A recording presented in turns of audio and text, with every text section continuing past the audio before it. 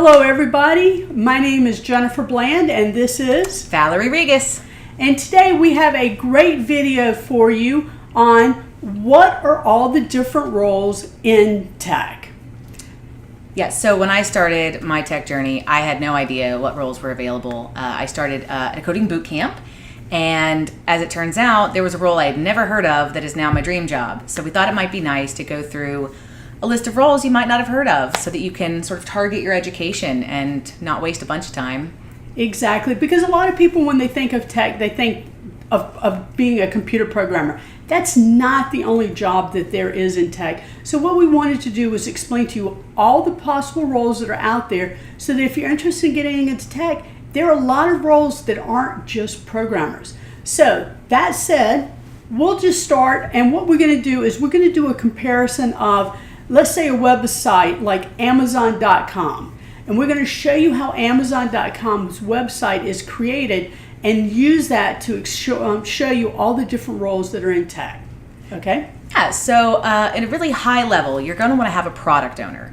Your product owner is going to be your primary stakeholder. It is mostly their job to have a brand vision. So perhaps you don't want to sit at a keyboard and write code, but you really want to be in technology. Product owners are people who have to know what the brand is, what reflects that brand, where the brand is going, what needs to happen at a lower level with all the other team members. They're the ones with the vision. And they usually have product managers under them that sort of carry out that vision.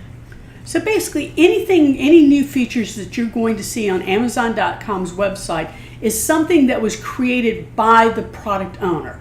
And that product owner is basically looking at, I want to say not really, dollars, but they're wanting to say what features can we put in that would benefit the company from a financial standpoint. So that's the main thing that they look at. So how do they know which features are going to be needed?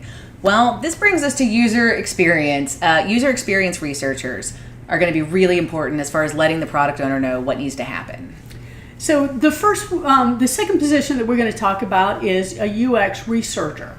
And what a UX researcher goes out and does is they'll go out and they'll talk to people, maybe in a group setting or an individual setting, where they'll bring them in and they'll show them different possibilities that they're considering putting in on the Amazon.com website. And from that, they'll get feedback from all of these people, and then that helps them to decide what works, what doesn't work, what they might need to change. But that's what the primary job is of a UX researcher. Yeah, so that information comes back, and actually, I think you should talk about Scrum Master, because I think you have a lot more experience than I do. I think we should start with, sort of how all this information gets disseminated. Exactly. So once the product owner, product manager decides what features and functionality they're going to put into a product, you usually have a person that's called a Scrum Master. And a Scrum Master is responsible for telling every person on the team what they're going to be doing and when they're going to be doing it and how long they have in order to accomplish whatever task or tasks that they have been assigned. And they're the person that's responsible for managing the team. That person probably doesn't know how to code, maybe knows how to code, but doesn't necessarily have to be code. They don't have to be technical. So this is a great position for somebody that's great at organizing things, getting people moving in the right direction. So if you're coming from another job and you want to get into tech, and your role that you have now involves doing that, like leading a team or managing people to get things going in the right direction, Scrum Master might be a good position for you. I spent a few years as a stay-at-home mom.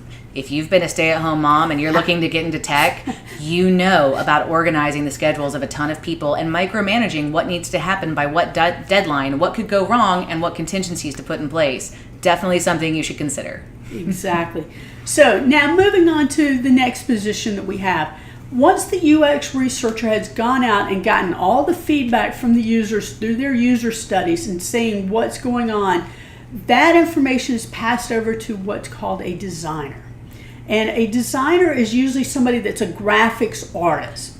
Probably doesn't know how to code, but is somebody that can draw and is one of the best designers that you've ever seen. And it's their job is to create the design and layout of what you're actually going to see, for example, when you go to the Amazon.com website. Yeah, and what's cool is, so maybe you enjoy being on the computer, you enjoy Photoshop, you enjoy doing things at the computer, you just don't enjoy writing actual code. Guess what? UX designers, they get to do really cool mock-ups, they get to make wireframes, they're still interacting with the technology, they're making and building and creating, but they're not necessarily writing code. It's sort of a nice happy medium. Exactly. And then once the designer has finished creating the mock-ups and the designs of what the Amazon.com website is going to look like, that information is then passed on to a person that's called a front-end developer. So now we get into the very first position where somebody needs to have solid programming skills. So you want to talk about front end? Yeah, front end developers are fun. They have to have some creativity. They have to have coding knowledge. They have to be able to see a bigger vision and make it come to life. I would guess that people who enjoy puzzles would really enjoy front end development, because your designer has given you a mock-up and they want you to replicate that with code in a pixel perfect fashion. It's a challenge, but it's still a creative challenge. I feel like the front-end developers at my office are all extremely creative types, and they enjoy it very much. But a front-end developer is definitely a programmer. If you're going to be developing on the web, you're usually going to be using HTML, CSS, and JavaScript as your programming language. Those are the main things that you're going to be using. Yeah, the front-end developers, they make what you see. They make sure that that designer's vision comes to life, and you as the shopper, hopefully, enjoy what you're seeing. It looks like the designer wanted it to be, and that's their job. But how do they make it function? Exactly. So that takes us to the next position that we have, and this is also another programming position that's out there in tech. And that's, we've just talked about front end. You also have what's called the back end. So the back end is responsible for getting data that's in a database and providing all of that data to the front end so that they can display it on the website. Yeah, I loved penny press logic problems as a little girl. If you like taking logical problems and breaking them down into smaller parts and figuring out how things work and coming up with creative ways to solve logical problems, back-end development is going to make you happy. They're the ones who create the logic that make things function. It's a really fun gig. They don't make the pretty things. They make the functional things. And I feel like a lot of people who enjoy logic problems and any sort of riddles would love back-end development. Exactly. So going back to the Amazon.com website, to give you an example of how that works, is you go to Amazon.com and on that page you get a list of products. I don't know, let's say you get 20 products. Well, somebody on the back end was responsible for getting those 20 products, sending them to the front end for the front end to display. When you click on an individual product and you want to get more details about it, then that information goes back to the back end and it says, give me all the information about this particular product. It will send that information back to the front end, and the front end will display all of the details about that individual product. So front end and back end usually work together. Sometimes you get people, especially in small companies where people have to do a wide range of tasks because you have to do double work in a small company. You have what's called like a full stack developer, and a full stack developer is somebody that can write both the front end and the back end, and they have experience with both. So, all right, we've got our front end code written, we've got our back end code written, everything meets what the designer and the researcher and the product owner have envisioned. This is the fun part. I sort of secretly hope my daughter goes into testing and QA. Someone has to take this fancy code and try to break it. If you've ever been that kid that liked to sneak your parents' toaster under the counter and take it apart with a screwdriver, guilty, you're probably going to enjoy testing. It is your job to break other people's code. Spoiler alert, they might not always like that you broke it, but you'll have a better product if you can find those bugs and give some feedback. It is a really fun job if you like breaking things. I mean, imagine if you're at Amazon.com's website and you're looking at the list of products and you see, oh, I really like this product. Let me get some more details. And you click on it and you expect the page to open up. And all of a sudden you get this error message. And you're like, that's where the code didn't work.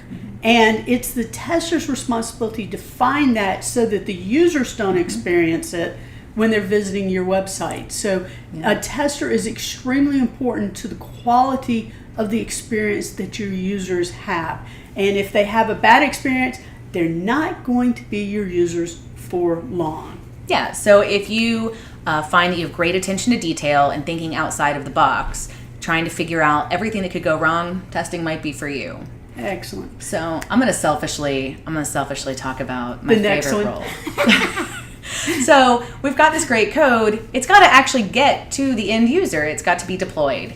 DevOps is an emerging field in the last few years where basically when you do DevOps, you do have to be able to code. You do have to know what you're doing in that realm, but you are equally responsible for deployment and deciding how code gets from your developers to the end user. So at work, I do things like I write build pipelines. I write these detailed documents of instructions. This is something that you're not going to enjoy unless, again, you're very detail oriented and you like being in control of things. It is an awesome role for a control freak because all you do is tell the code how to behave. You tell different pieces of technology how to interact with one another in really detailed fashion. It's a fun job for people like me who, I used to love Farmville. I'm not ashamed to admit it because I can't control traffic. I can't control my children, but I can control my crops and when I harvest them and how many sheep I buy. So DevOps engineer is a really fun role if you just really like getting into the nuts and bolts of how things work and giving detailed instruction. Exactly. So that brings us into the next position that we're going to talk about, and I'm actually going to combine two things into one, and they're your data scientists and what we call now machine learning experts. And where they come in is we talked about the front end displaying things and getting the data from the back end and stuff like that. What a data science or a machine learning expert does is that they go in and they study the user's patterns and see what they're looking at, what they're doing, so that the information that's displayed to that user is more relevant to them, which makes them more inducive to buying something, which is the reason why you have the website in the first place. Yeah. So that's what they do. And they mainly, they may not be programmers.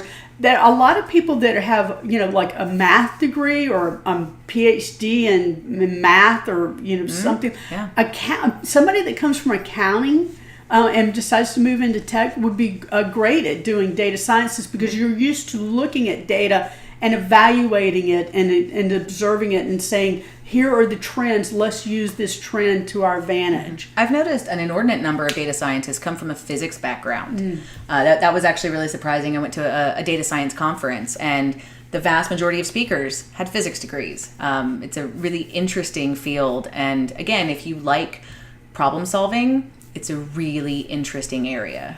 Exactly. And then the last position that we want to talk about in tech is what we call a developer evangelist. Some people might call it developer relations. DevRel, is an abbreviation for that term that you have in there. And what that person is responsible doing is going out and tooting the horns of the product that the company makes. So they go about it by speaking at conference. Valerie just got back from this weekend from speaking at a conference. So you can talk about this. Yeah, I actually de facto evangelized for my company because talking about my company and our product was germane to my conference talk. But evangelism is neat. If you're like me and you enjoy sales from the aspect of getting people excited about something, but you don't enjoy quotas or commission or high pressure, it really is what it sounds like. You're just spreading the good word. Evangelists need to be able to, at times, be very outgoing, not shy about shaking hands, introducing, and starting conversations that you control. It's a really fun role if you enjoy travel. So perhaps if your kids are very small and childcare is an issue, might be something that you sort of put on the back burner while you get some technical experience. But over time, as you go speak at conferences, get into the community and work up to that. Evangelism is a lot of fun if you like to travel and just get people excited about something that you're excited about. So I think the best skill sets that makes a good developer evangelist is somebody that can speak well, that can write well, because not only do they speak at conferences or meetups or something like that, and they travel around to all these conferences, but they also write articles that are going to be put on the company's blog. And it talks about the features and functionalities, or how to use the product, or how to use it with, XYZ product or something else like that. So most developer evangelists are technical, but it's possible that somebody that's not technical to do extremely well in that position if they're an extrovert and they can speak and they can write extremely well. Yeah, I think another important aspect of the evangelism is you need to be of a mindset that you're always learning. So if I'm evangelizing for Amazon, I would need to constantly be educating myself about new and emerging technologies, how it might interact with Amazon, new and competing companies, and how they might be competitors with or not a problem for. You constantly have to know everything about your technology for which you're evangelizing, and be prepared to intelligently discuss that with anyone. So if you really like learning, I've always said that if I won the lottery, I'd just be in college the rest of my life. If you love constantly learning and researching and reading, that's another good role. Exactly. So the purpose of this video we created was, if you're interested in getting into tech, it's not just about being a computer programmer. There's a wide range of opportunities available to you for you to be able to get into tech. So hopefully we've explained to you the different roles that are available to you. And then in a later video, and we'll have links below the video, where we will talk about how you can get training and experience for all these different positions. Yeah. So we wish you the best of luck. I hope that you would join us in tech and find the perfect role for you. I'm Jennifer. I'm Valerie. And thank you for watching.